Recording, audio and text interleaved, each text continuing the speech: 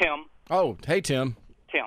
Yeah, hey, I haven't been able to listen to your show lately, and I'm wondering if you or your listeners have expressed any opinions regarding the allowing mobile food trucks downtown.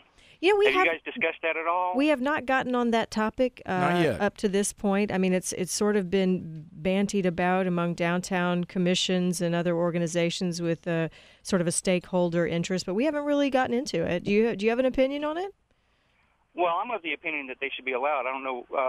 I think that the reason that they were banned in the first place was a bad idea. And I know, I was at the downtown commission meeting myself. And Dwight Butner, who's the chairman and also the owner of Vincenzo's restaurant, explained that the reason he was in favor of this ban on mobile food trucks downtown is because he wanted to be able to keep tenants in historic buildings. Mm-hmm.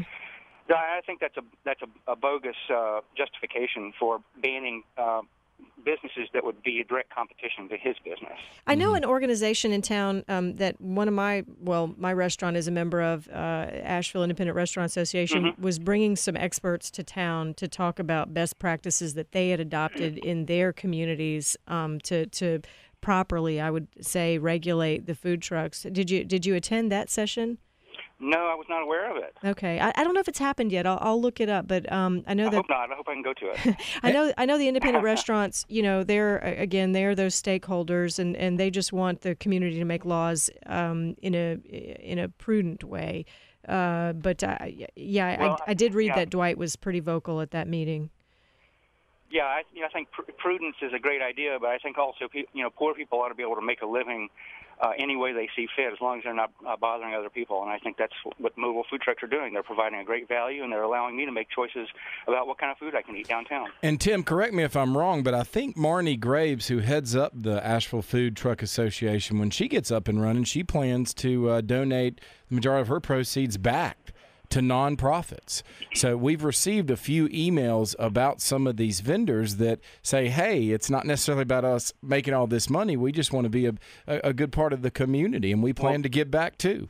Well, that's fine as long as that's voluntary on their part. I'm all in favor of poor people making a profit. So I'd like to see mobile food trucks come back downtown. And I'm currently supporting the food truck vendors. I try and patronize them. I tweet about them, when they move their location, because they can't come downtown and be where the foot traffic is. And that's where they're going to make their money, make ends meet. Let me ask you something. I've heard people who are concerned about traffic and increased pollution because of food trucks downtown. Are you one of those people who supports regulating the food trucks so that they have to be in a place where they're not obstructing traffic flow, and that they are regulated in the same way that restaurants are, and that they do have to demonstrate that they're not negatively adding to the carbon footprint of the city? Yeah, absolutely. They need to comply with the same kind of standards as any business downtown. You can't obstruct traffic. You can't obstruct pedestrian traffic. You can't throw your trash out into the street and things like that. This is something that everybody has to abide by. It has to do with safety and health of the community, and as long as those types of issues are addressed in the regulation, I don't have any problem with it. But they're going too far when they're trying to look around downtown and having government bureaucrats find places that are suitable for food truck vending. And this is what the last downtown commission did. I witnessed a whole slideshow, and none of these locations were any good. No freelance entrepreneur, mobile food truck vendor, would in their wildest dreams pick any of these locations. Let them pick the locations.